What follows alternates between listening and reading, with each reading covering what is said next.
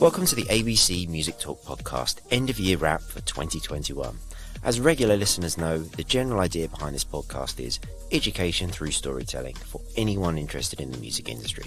So I decided to go back and pull out a quick lesson that each of my guests over the 13 episodes of 2021 passed on to us. But first, it's time for me to remind you all to go row to your videos.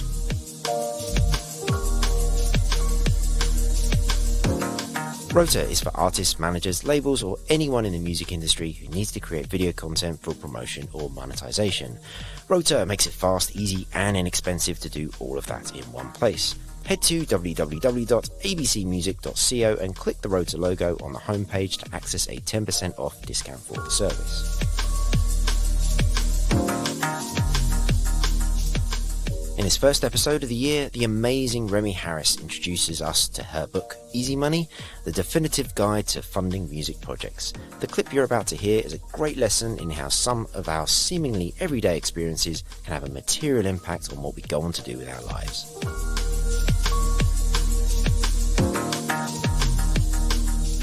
There was something that you experienced as you were working through that has had an impact on the book that we're going to talk about. The genesis of it sort of came from that, or were you aware of the idea of writing a book at that point? You know, I wasn't aware when I was at AIM that a lot of the knowledge that I was developing and a lot of the skills I was developing would be so useful to me later on in what's ended up being my self-employed career, running my own business. And yeah, I mean, one of the things that happened was I mentioned to you day one of AIM, going in and, you know, having no infrastructure in the office and just starting something from scratch. And at that time, because I was the office manager and I'd had a holiday job in a bank, I was put in charge of the accounts. So I had to start raising invoices, and I was, you know, calling up people at labels that were the accounts person at labels, going, how do you do this and how do you do that? And just learning as I went along and teaching myself and working alongside AIM's auditors and learning that side of the business. Partly because of that, and partly because of me starting to make contact with people at the Arts Council. If anybody phoned up that had any kind of finance question or anything to do with getting funding, they would be put through to me. And I didn't know that much about it. Probably what I knew about it could be written on 2 sides of A4 at that time.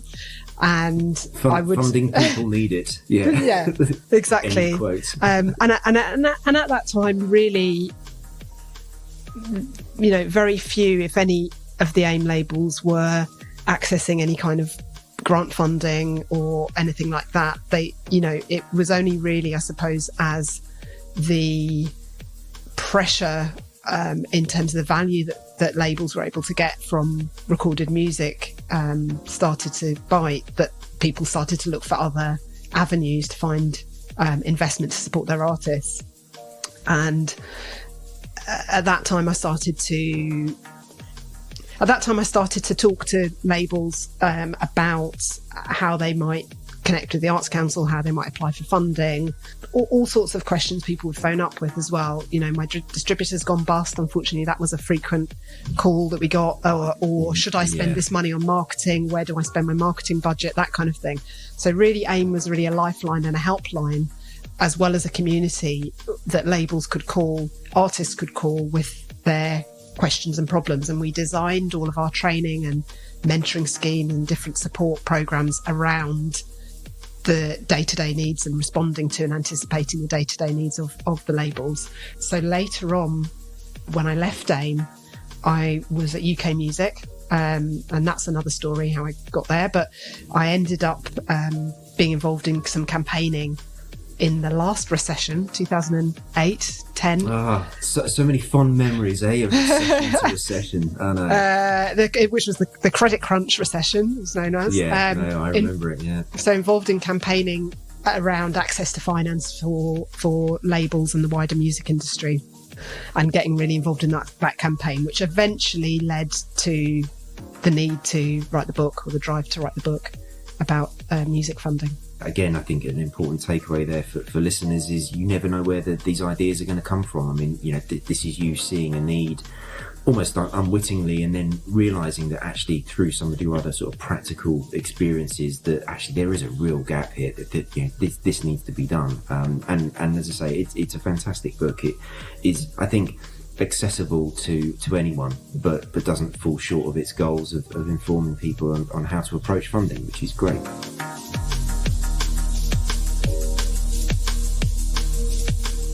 In this lesson, newly appointed Chair of AIM, Nadia Khan, tells us about an early experience she had that led to winning her first management client, Lethal Bizzle.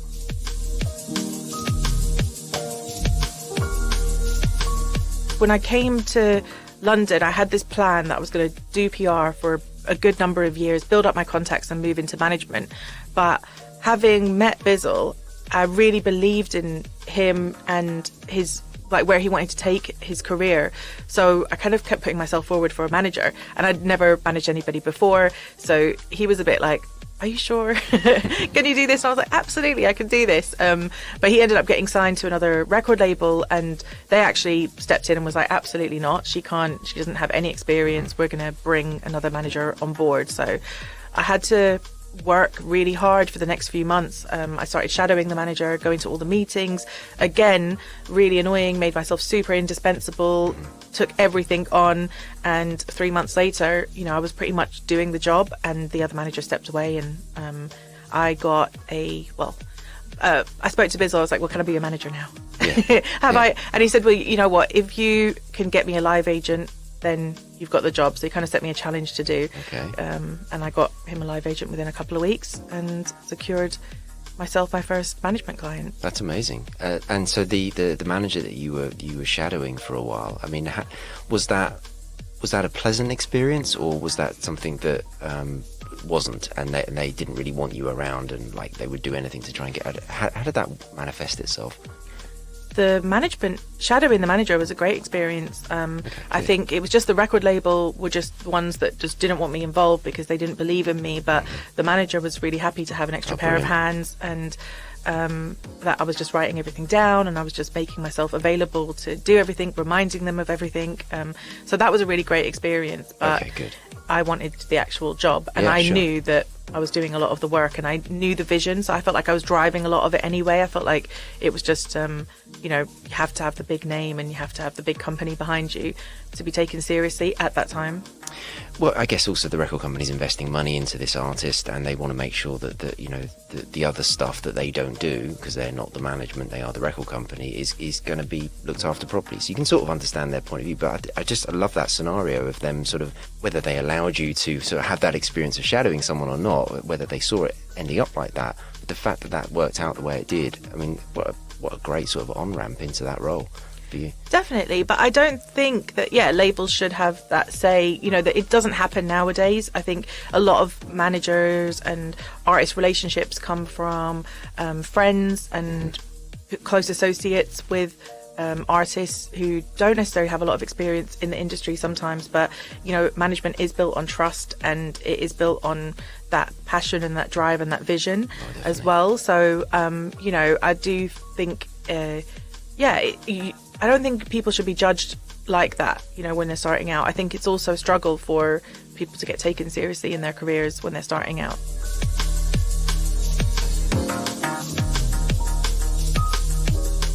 The third episode in 2021 was with Kamal Moo, Janet Jackson's entertainment lawyer, talking about his book, The Straightforward Guide to the Music Business. In this clip, he teaches us about the importance of the human side to doing deals.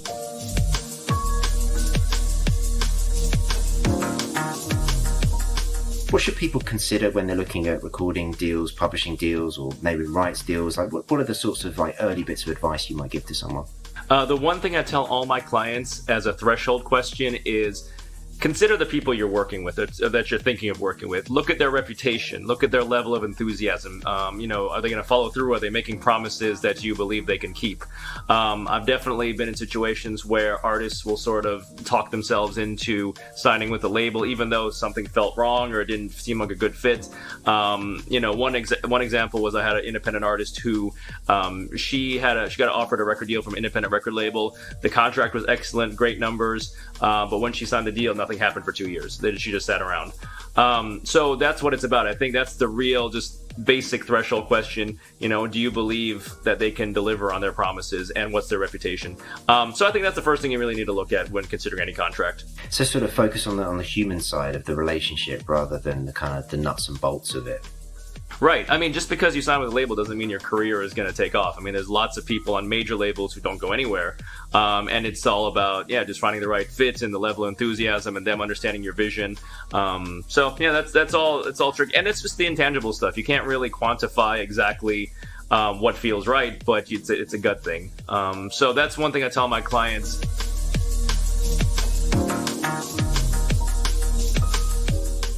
Our next lesson comes from Superpass founder Juliana Mayer, who makes a statement that can often get lost in amongst the rush to put a record out.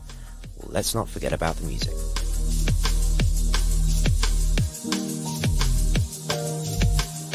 I have this little phrase that I have on this podcast. The only important things are the artists and their fans, and everything else is either getting in the way or enhancing that relationship. And so Superpass clearly sounds designed to enhance rather than get in the way.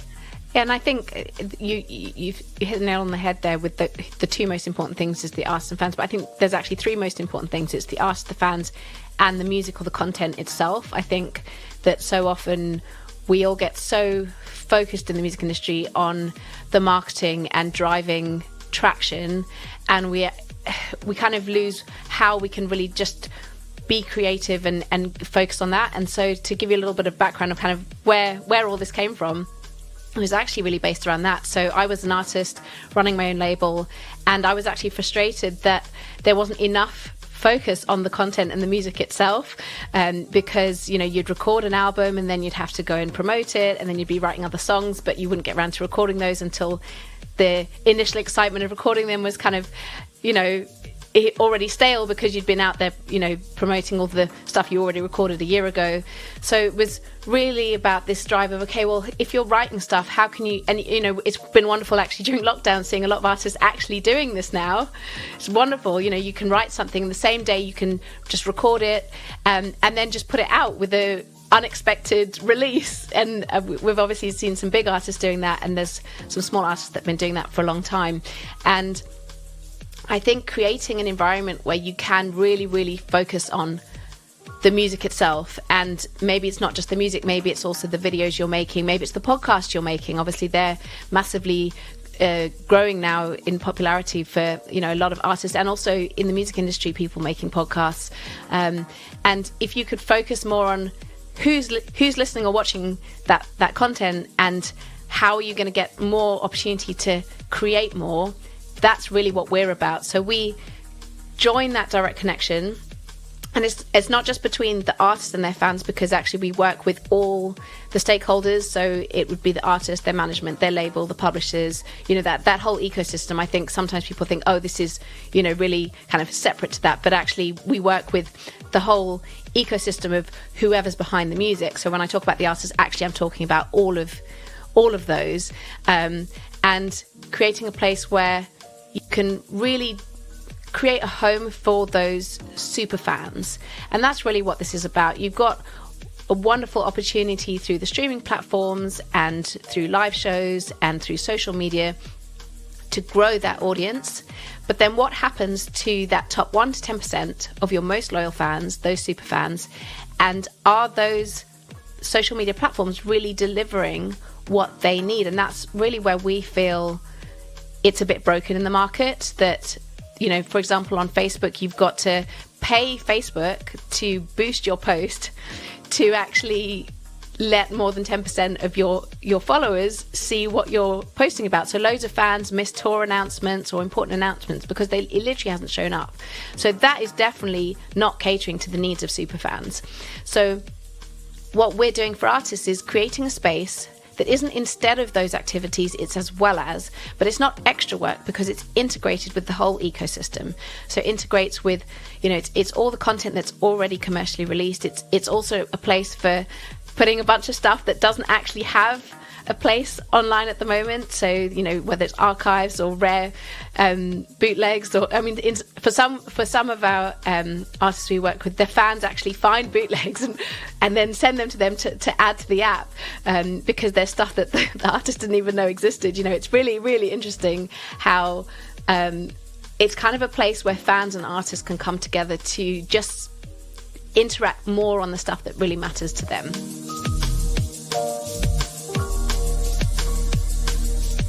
This next lesson from Paperchain founder Dan Dewar talks through a problem he identified in the music industry, and a reminder to us all there is often another way to solve problems by taking a fresh approach to them.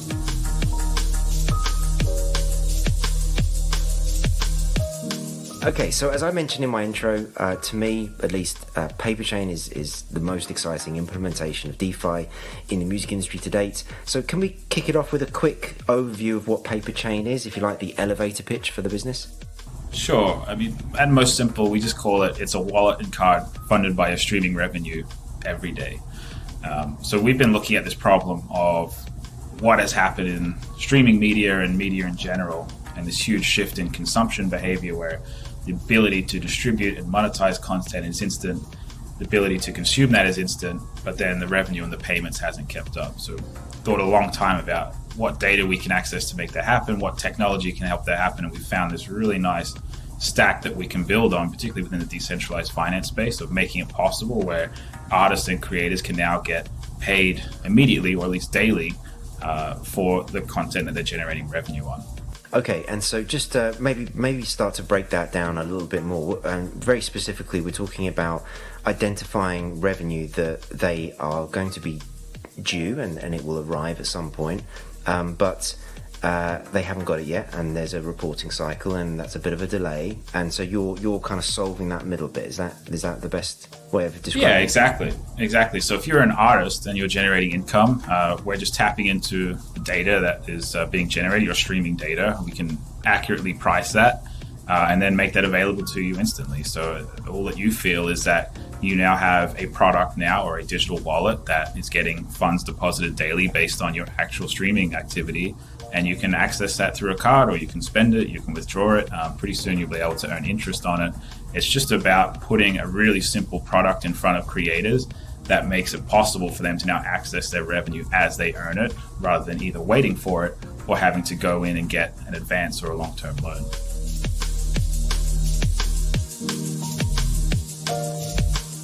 Sometimes lessons come to us when we stop and listen to ourselves.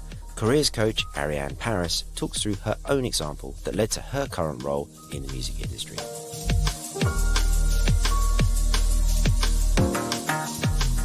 I came to a point where I started to feel really dissatisfied with my job as a promoter. So it had been a dream job for 9 years, but the last few years I started to feel really unfulfilled. I felt really trapped. I felt completely guilty as well to be in that position that so many people would die for. And I just wouldn't enjoy it anymore. I would listen to all these DJ mixes, feeling like, okay, it just all sounds the same. I'm not even excited to book a new artist anymore.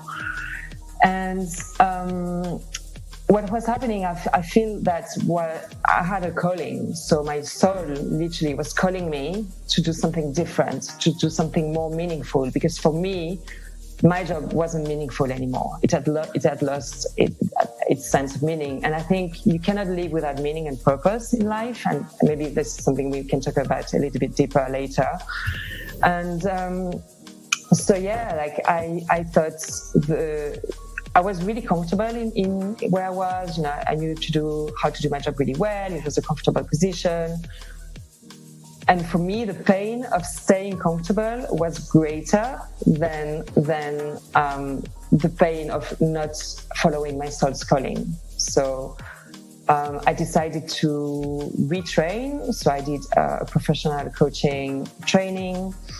And what I wanted to do really was to bridge the gap between my new passion with personal development and the industry that I love so much, which is the music industry, and help people from this industry. Because when you work in nightlife, as I'm sure you've experienced as well, you can be a witness to a lot of people burning out, a lot of substance abuse, there's a lot of imbalances in its industry. So I really wanted to help people from the music industry and share what I knew and help them on their journey so they could create the life that they wanted and feel better and perform better.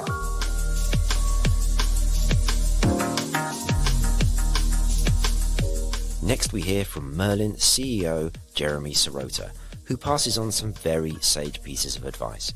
It starts with me asking him about whether his career path, which as this interview reveals, in recent years has jumped around a bit. I asked if it was accidental or a predetermined plan.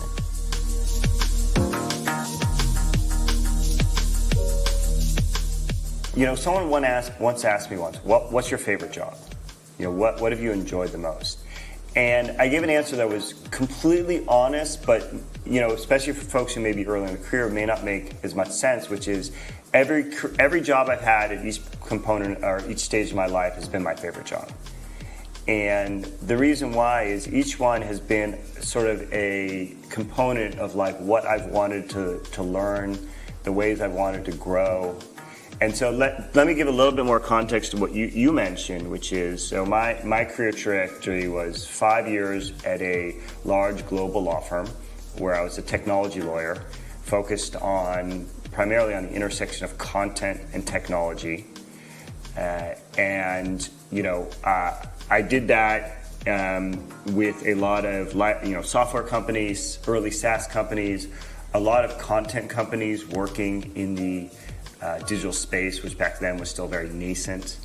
And then one of our clients was Warner Music Group, who had an opportunity to do, I was trying to think of the numbers, probably almost 200 deals, or different matters. Not every one of them was a licensing deal, on their behalf. And I worked with their technology teams, I worked with their IT teams, and I worked with their biz dev team as well. And I then went to Warner Music Group, where I was there for 9 years. And it was, so we can get into that, but an evolution of my role there. And then I joined the Facebook music team. I was the fifth person to join that team. And I was there for 2 years. And if this opportunity with Merlin hadn't come along, I probably would have still been there, because it was a really great experience, great people to work with. But each one of those elements of my career, to come back to your question, really was so critical about where I was sort of at that time in my life and what I was able to learn from those experiences, the people around me that I was able to just gain a variety of experiences. But when I've thought about my career, it really, to me, and this may not seem obvious on the surface, it wasn't jumping around. It was actually a very clear growth pattern about what I wanted to learn and where I wanted to go. And, just to hit on a theme that I think is super important, that I even talk about internally at Merlin with the team, is, no one is going to invest in your own career as much as yourself. And taking a very proactive stance and leaning into that, and because it takes time and energy, right? It's really difficult to think, what do I want to do? Where do I want to be? What does my life look like? What does my day-to-day look like? Who am I working with? Right? All those are really hard questions.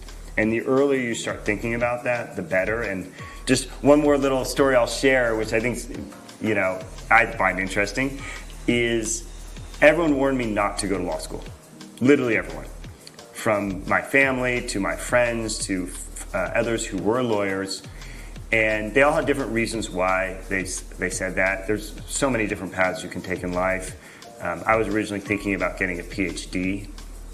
And the reason that convinced me, based on that advice, is I said, okay, if I'm going to become a lawyer and so many people are sort of waving red flags at me, I better have a very clear path in mind about what my career is going to look like over a long-term trajectory. And I think that just sort of those signals from them actually really helped set me on a course of thinking more long-term.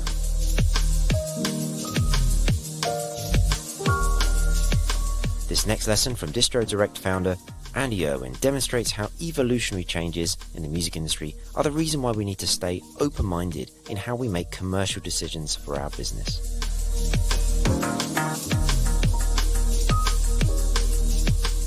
So why do you think people want to run their own distribution service? Like, what motivates them to do that instead of, as I've sort of said, go to one of the many options that are out there? Because there's the whole gambit, right? I mean, there's DIY, pay-per-play type of distribution, and then obviously the whole sort of range of straight distribution through to those that have got the label services as a sort of main focus. Like, why do they come to you, do you think? Yeah, I mean, I think it's a really good question, because I think the way that we just explained it a little bit then, the way that the market has been moving recently is that everyone is upskilling and having to become skilled in so many different facets of the industry. So, everyone is almost running their own little label, regardless of whether you're a single artist or you're a traditional label or, you're a PR or a music tech. I mean, at the end of the day, what drives those outcomes for artists is being able to get their streaming, to get on their playlists and do all that sort of stuff. So people are having to find ways to do that outside of the old methods of A, signing a record deal, or B, hoping that their distributor's going to be out there promoting their music when they've probably got 10, 20, 30, 40, 50 other priorities that week. So people are having to get really savvy about sort of cutting through all that noise. So, the good managers are building the networks with the DSPs themselves, or, good PR companies are building networks themselves and so forth. So what we're finding is that, through necessity, a lot of these companies are building out that label services without really intentionally having done that as their goal when they may have started out, but they turn around and they review what they've done and they realize, well, actually we can do this ourselves pretty well. We just need the infrastructure to be able to scale it. So, I use the example of, say, a management company who, they have the resource to maybe, properly manage 5 or 10 artists. But at that point they get so many demos coming through every month, but they can't physically do anything with them because they can't sign every band that comes over their desk. But they've built this amazing network that they can actually help all these artists. They just don't quite know how, and they don't have the ability to manage the assets, to do all the financial reporting for their royalties, to be handing off their streaming data to them, to be able to to give access to their catalog. So the reason that we built the Distro Direct tool is for companies like that can say, well, I've got all these amazing networks, but I just don't have the tools to be able to really capitalize on that. So what if I could take that 5 or 10 artists and expand it to 20, 30 or 40 or 50 artists that I'm looking after? I don't need to sign every single one to a management deal, but I can bring them in, I can give them advice, I can help them out, I can provide them with some marketing tools or some kind of basic entry-level stuff and get them in the platform and use the strength of my business and my company to try and drive some outcomes and secure that artist. And if things go really well, of course, you can upstream them into a label deal or something like that. But, managers, they don't necessarily need to be experts in distribution to use a platform like ours, because we do all the hard work. Again, it's coming back to that building the relationship side of things. So that's where it becomes really important to be able to, provide that tool, but also realize and understand that, there's so many great music businesses that have all these connections that can use those connections to scale. They just need the right infrastructure around them to do that.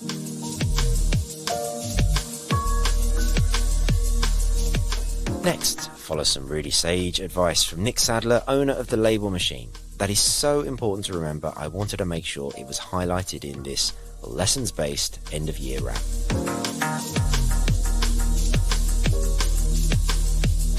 Why advertise, and what do you advertise? Like, what do we talk about when we're doing paid marketing? Yeah, so I guess another thing to take note of is it's not hard to reach out, to get noticed and have an audience. If you're going to invest in it, it'll be hard to get noticed if you're trying to do it for free. Right?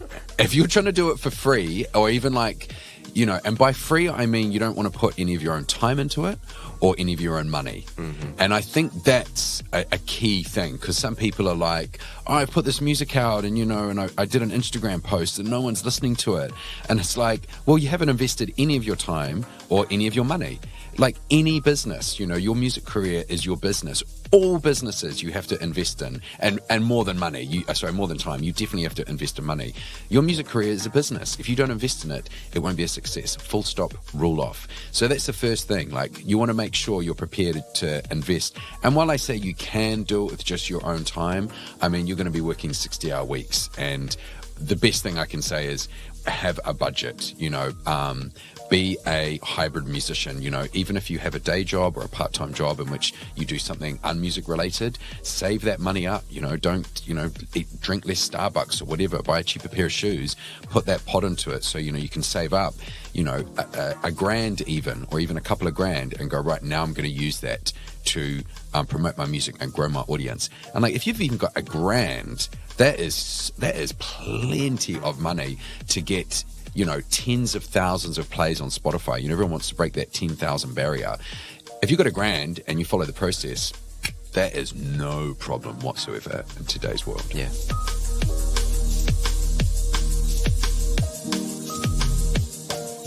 Anna Zoe from Italian Music Conference Linecheck provides a great lesson on why it is important to make sure that when we operate in the music industry, that we do so with the understanding that the part we're directly involved with exists in amongst so many other people, companies and organisations across a variety of industries.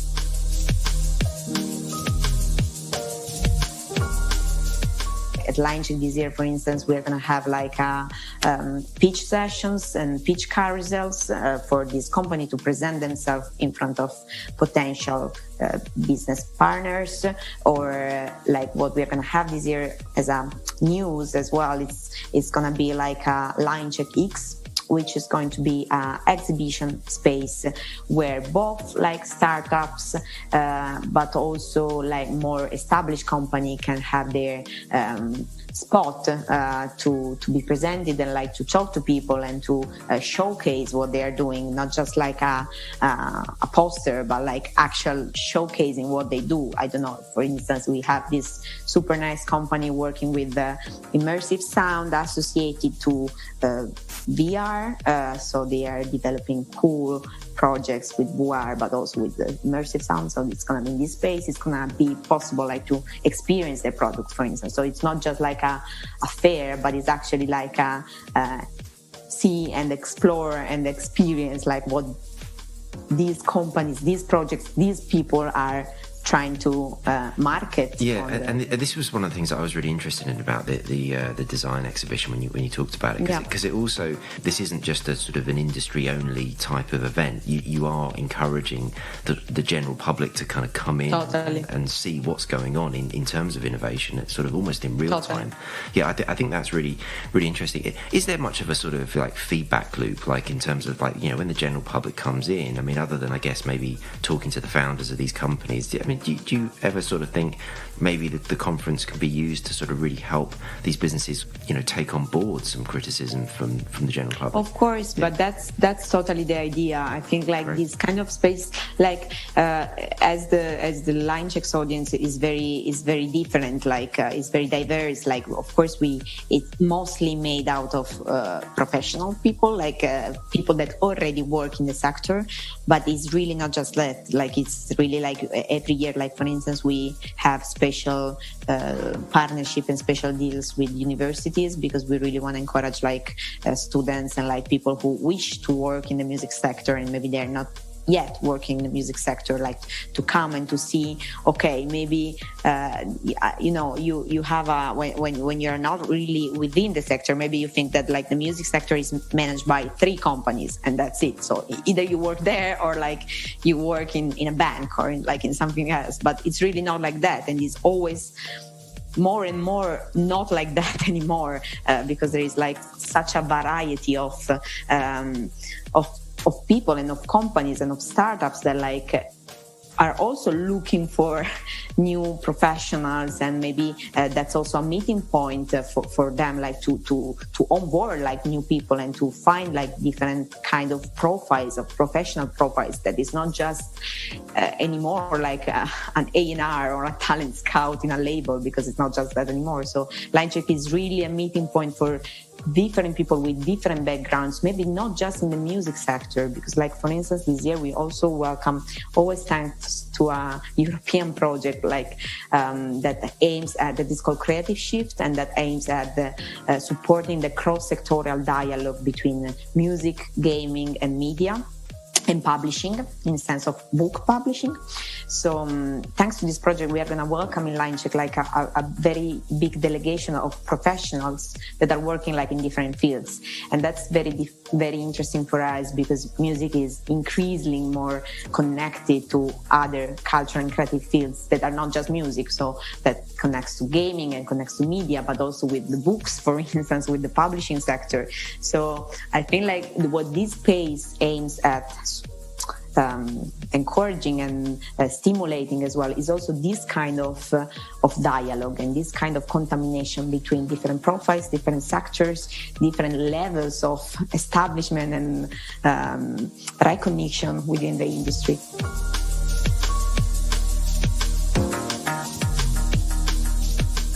I like this next clip because it is a lesson to us all not to prejudge a situation.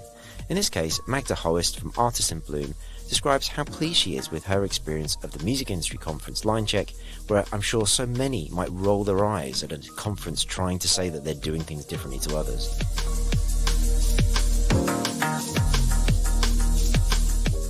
I'm for the first time at LineCheck, that has to be said, and I'm super surprised with the level of the conference. There's many interesting topics and many interesting panelists. So, and like, you know, I'm meeting here and discovering here the things that were said before. That conference is looking for new ideas and is very forward thinking and is trying to really answer the questions that are really relevant these days. So I can say for sure that I'm finding this on this conference, and this is because it's not always like this at conferences. Exactly. What I mean. Yeah. Well, this is what I learned when I interviewed Anna from LineCheck on the show. So I'm so pleased to sort of like be here and to experience it, because it's hard to really truly understand it. So thank you for sharing that.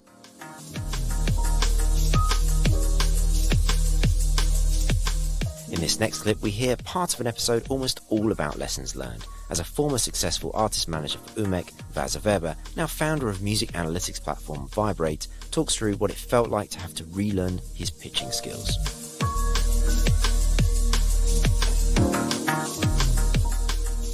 So you joined this accelerator. Tell us a little bit more about what that was like.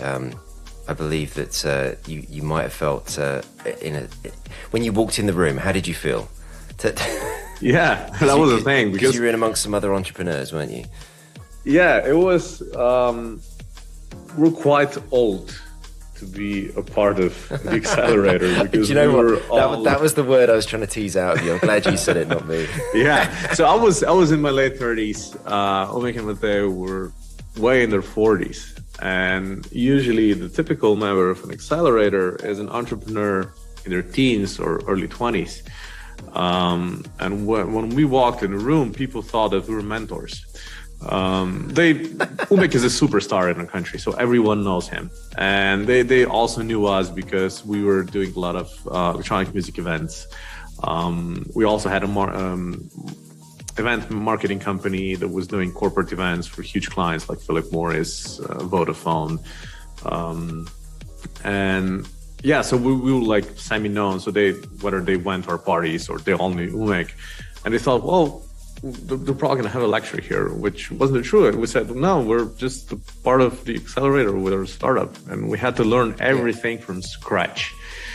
Right, okay. I mean, what was that like? I mean, because, when you're so accomplished in one particular discipline, to then sort of put your, ego aside, anything you know aside, and just be a sponge for new information. How did that feel? What was it like going back to school? Well, the first thing was that we knew how to pitch corporations. Because having a marketing agency, you have to pitch a lot of clients to win pitches. And it's a completely different way of pitching a corporate client and pitching a VC. And another thing is, if you have to pitch a world famous DJ to, let's say, a new talent agency, it's a piece of cake because everyone wants to work with them. So when we were with Umek, when we were switching agencies, when I went to Lynn Cosgrave, Safe House, my old mentor. yeah. It was quite easy. So basically the pitch was, so this is Umek and we're switching agencies. Would you like to take him? I said, yeah, of course. That was it. So it was a completely different world, and persuading investors that they should invest their money and trust you 100% with their money, even though they don't know you, you're a perfect stranger to them. It's much harder than one might think. And so we had to forget everything that we learned in the past few decades of our work in marketing and music management. And so we were just on the same level than those teams, learning everything from scratch. But it was a nice learning experience. We learned a lot, and yeah, it made us who we are now.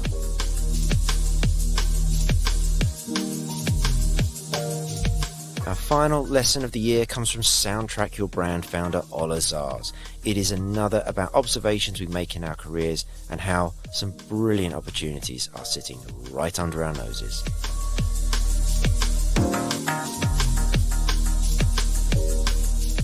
What I realized when I was at Beats and Jimmy started sending me to talk to brands for some reason. I had no idea. I'd never done B2B before, but I realized that there were brands and businesses around the world that, obviously use music for different types of enhancements of their experience, which isn't new. I mean, we all know background music, and as an old crappy DJ, you would know that when you have a good night out, you're doing, and we're really, really contributing to that bar's experience in business.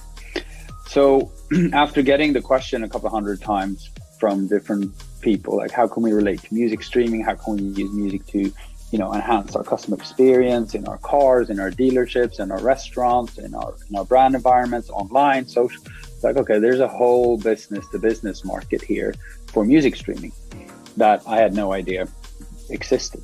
And then the second notion I realized was it's big. It's big. It's a huge channel for music that I've never thought of before. So back to your question around data. The driving force in the music industry, just to be very, cynical and pragmatic, sweet, it's making money and breaking artists, or the other way around, breaking artists and making money. That's basically what drives the industry. And hopefully breaking artists could actually also contribute to paying artists and not paying the middleman. So that's, once again, what makes me get up in the morning and feel good about myself. I'm not solving cancer, but I'm actually, bringing in more value from the art of music to the people who actually create it. How I connect this to my quest into the B2B market was that it was when I realized B2B is a market for music streaming as well, but it was completely broken. It was a huge black box, dysfunctional, corrupt, where music royalties just disappeared basically, or were distributed based on no logic whatsoever. And it was a huge market because B2B markets, usually when you look at industries evolve, there's a consumer market and then there's a B2B market. Usually the B2B market is basically as big as the consumer market in terms of value because you're extracting more value per customer.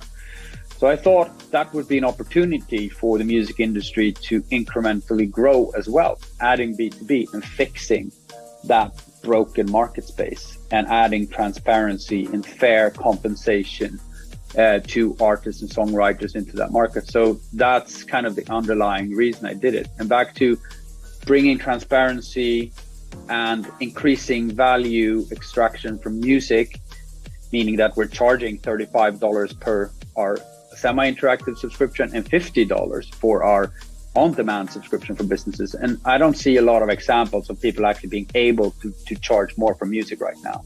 Everyone's talking about giving away music for free in the metaverse. I was thinking about how do we monetize that? How do we bring it back to, someone's trying to survive on their art?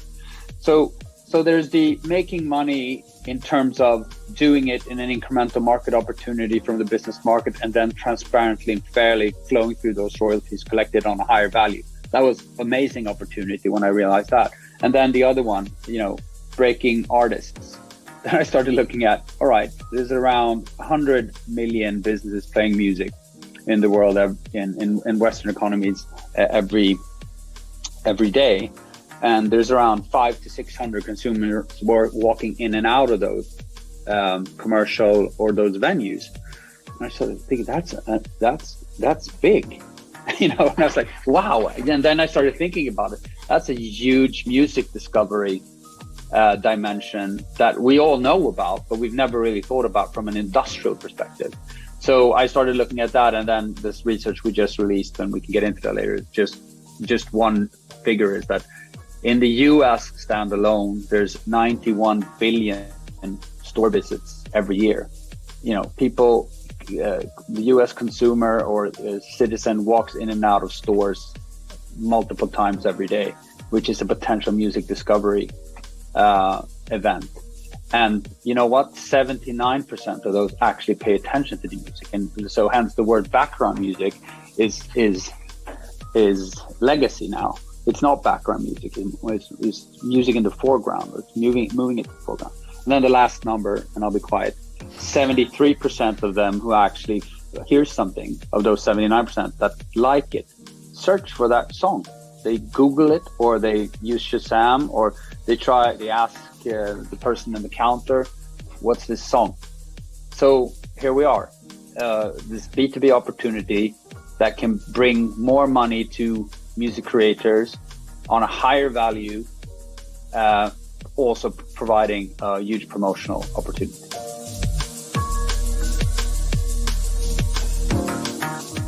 Well, that's it. I hope you enjoyed this special end-of-year wrap-up, and that maybe it acts as a signpost back to some episodes you previously enjoyed or missed altogether. The ABC Music Talk podcast will continue on in 2022, and I already have a good few interviews lined up, so make sure you subscribe to the show so you don't miss any.